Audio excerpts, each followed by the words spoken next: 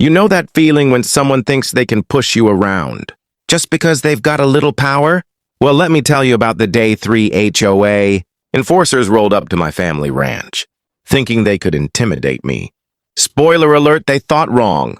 I'm sitting here on my wraparound porch, looking out at 80 acres of Texas. Hill country that's been in my family since 1952. My grandfather built this place with nothing but sweat and determination. And I'll be damned if some suburban wannabe cowboys are going to tell me what to do with it. But that's exactly what happened last Tuesday morning. See? About 6 months ago, some developer bought the land adjacent to my southern property line and threw up one of those cookie-cutter subdivisions. 47 identical houses, each one closer to the next than my barn is to my chicken coop. And with those houses came an HOA with more rules than the IRS tax code. At first, they were just annoying. Letters about my non-conforming agricultural structures. That's what they called my great-grandfather's original grain silo. Complaints about my cattle wandering too close to their precious fence line, even though my cows were on my side of the property. They even had the nerve to cite me for excessive noise pollution because my rooster crows at dawn. Newsflash, city folks, that's what roosters do. I ignored their letters. Threw them straight in the trash where they belonged. My land, my rules. End of story. But apparently, the HOA board didn't get the memo. Last Tuesday, I'm enjoying my morning coffee when I hear the rumble of diesel engines coming up my gravel drive. 3 black Chevy Suburbans with tinted windows, moving in formation like some kind of military convoy. They pull up in my front yard, and out. Step 6 guys dressed like they're about to storm a compound in Afghanistan. Tactical. Vests, combat boots, sunglasses, the whole 9 yards. One of them even had a body cam strapped to his chest. I'm talking full-on wannabe SWAT team, except instead of badges, they've got little HOA security patches on their shoulders. Stayed right where I was. Boots up on the porch railing, coffee in hand. Let them come to me. The leader, I'll call him. Brett, because he looked exactly like every Brett I've ever met, marches up to my porch like he owns the place. Behind him, his little army spreads out in what I guess they thought was some kind of tactical formation. Sir, I'm Brett Morrison with Meadowbrook HOA Security Services, he announces, puffing out his chest. We're here to conduct a compliance inspection of your property. I nearly choked on my coffee. You're here to do what now? Your property is in violation of multiple HOA ordinances. We have authority to inspect and document. Violations for legal proceedings. That's when I stood up. I'm 6'4", weigh about 250, and spent 8 years in the Marine Corps before I came back to run this ranch. Brett, on the other hand, looked like he'd never done a day of manual labor in his life. Boys, I said, setting my coffee down real slow, I'm going to give you about 10 seconds to get back in those fancy trucks and drive off my land. Brett smirked. Actually smirked. Sir, we have legal authority here. If you interfere with our inspection, you'll be in violation of state HOA enforcement statutes. I laughed. I couldn't help it. Legal authority? Son, you're standing on private property without permission. That's called trespassing, and in Texas, we take that real serious. That's when things went sideways. Brett nods to his crew, and they start spreading out, heading toward my barn. One of them actually pulls out a measuring tape and starts heading for my fence line. Another one's got a camera, snapping pictures of my equipment shed, like he's documenting evidence at a crime scene. Whoa there, cowboys! I called out, stepping off the porch. I said leave. Now, Brett gets in my face, or tries to anyway. Hard to look intimidating when you have to crane your neck up to make eye contact. Sir, you need to step back and allow us to complete our inspection, or we'll be forced to detain you for obstruction. Detain me, on my own land. That was his first mistake. His second mistake was putting his hand on my chest when I didn't move. See? Here's the thing about being a Marine. Certain responses become automatic. When someone puts their hands on you in an aggressive manner, your body reacts before your brain even processes what's happening. I grabbed Brett's wrist, twisted it behind his back, and had him face down in my gravel driveway in about 2 seconds flat. He hit the ground hard, eating dust and crying like a school kid who'd lost his lunch money. His backup crew didn't handle that well. 2 of them rushed me at once. Big mistake. The first guy swung wild, probably never been in a real fight in his life. I ducked under his haymaker and drove my shoulder into his midsection, sending him stumbling backward into my porch steps. He went down hard, clutching his ribs and gasping for air.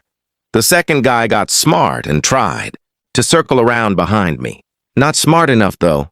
I spun around, caught him with a straight right to the solar plexus, and he folded like a cheap lawn chair. The other 3 took one look at their buddies on the ground and decided they had urgent business elsewhere. Smart move. Brett was still face down in my driveway, whimpering about assault charges and lawsuits. I reached down, helped him to his feet, real gentle-like, and brushed the dust off his tactical vest. "Now, Brett," I said, keeping my voice calm and level, "here's how this is going to work. You and your boys are going to get back in those trucks and drive away. You're not going to come back. And if I see so much as a toe on my property line again, the next lesson won't be nearly as friendly." Brett tried to puff up again, probably for the benefit of his body cam. "You assaulted HOA security personnel. This is going to court." I nodded toward the entrance to my property, where a very obvious security camera was mounted on a post. "Brett, that camera's been recording this whole conversation. Shows you trespassing on private property, putting your hands on me first, and getting exactly what you deserved. Sheriff Martinez is a good friend of mine, served 2 tours in Iraq together. Want to guess whose story he's going to believe?" The fight went right out of Brett's eyes. He looked around at his crew, one still clutching his ribs, another rubbing his jaw, all of them looking like they'd rather be anywhere else on earth. "This isn't over," he muttered, but his heart wasn't in it anymore. "Yes, it is," I replied. "Drive safe now."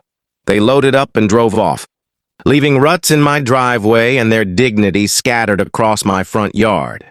Called Sheriff Martinez as soon as they were gone. Told him exactly what happened. Sent him the security footage, and asked if I should expect any trouble. "Nah," he said, and I could hear him chuckling. "HOA sent some kind of report about being assaulted during a lawful inspection. Funny thing is, they don't have any jurisdiction outside their little subdivision. Sounds like they got exactly what they had coming." But here's the kicker, that wasn't the end of it. Not by a long shot. 3 days later, I get a certified letter from some fancy law firm in Dallas. Seems the HOA decided to escalate. They're suing me for assault, battery, and intentional infliction of emotional distress. They want $50,000 in damages plus an injunction, forcing me to comply with their HOA regulations. I read that letter twice, then called my buddy Jake, who's a lawyer down in Austin. He specialized in property rights, and when I told him the story, he started laughing so hard I thought he was going to choke. "They're suing you for defending your own property from trespassers?" He wheezed. "Oh, this is going to be fun." Court day came about 2 months later. The HOA showed up with their high-dollar lawyer in a $3,000 suit and Brett in his cleanest tactical gear, probably trying to look like some kind of wounded warrior. Jake showed up in boots, jeans, and a sport coat that had seen better days. But he brought something the HOA didn't expect: a stack of evidence, about 3 feet high. Turns out, this wasn't the first time Meadowbrook HOA had pulled this stunt. Jake had found records of at least 6 other properties where they'd sent their security team to harass landowners. 3 of those cases had resulted in settlements, and in every single one, the HOA had been operating outside their legal authority. The judge, a local guy who'd grown up on a ranch about 20 miles from mine, was not impressed. He watched the security footage of Brett putting his hands on me first, listened to Jake explain how HOAs have no authority outside their subdivision boundaries, and read through the documented pattern of harassment. When it was all said and done, not only did he throw out the HOA's lawsuit, he awarded me attorney's fees and issued a restraining order, preventing them from setting foot on my property again. But the best part? Jake filed a countersuit for harassment, trespassing, and attempted extortion. See all those letters threatening fines and legal action for violations on property they had no authority over? That's extortion, plain and simple. 6 months later, Meadowbrook HOA cut me a check for $75,000 to make the whole thing go away, enough to fix my barn roof, upgrade my fencing, and buy a new tractor with some left over for a nice vacation. Brett, last I heard, he got fired from the security company and moved back in with his mother. Turns out getting your butt kicked by a rancher doesn't look great on your resume. The subdivision's still there, of course. Still ugly as sin and twice as pretentious. But they don't bother me anymore. Word got around about what happens when you mess with private property rights in Texas. And I still keep that security camera running, just in case any other wannabe tough guys get ideas about teaching this old rancher a lesson. Sometimes you gotta stand your ground, folks. When bullies come calling, you show them the door even if you have to carry them to it. If you enjoyed this story, hit that like button and let me know in the comments. Have you ever had to deal with an HOA that forgot its place? And don't forget to subscribe for more tales of country justice and standing up to suburban bullies. Until next time, keep your boots muddy and your property lines clear.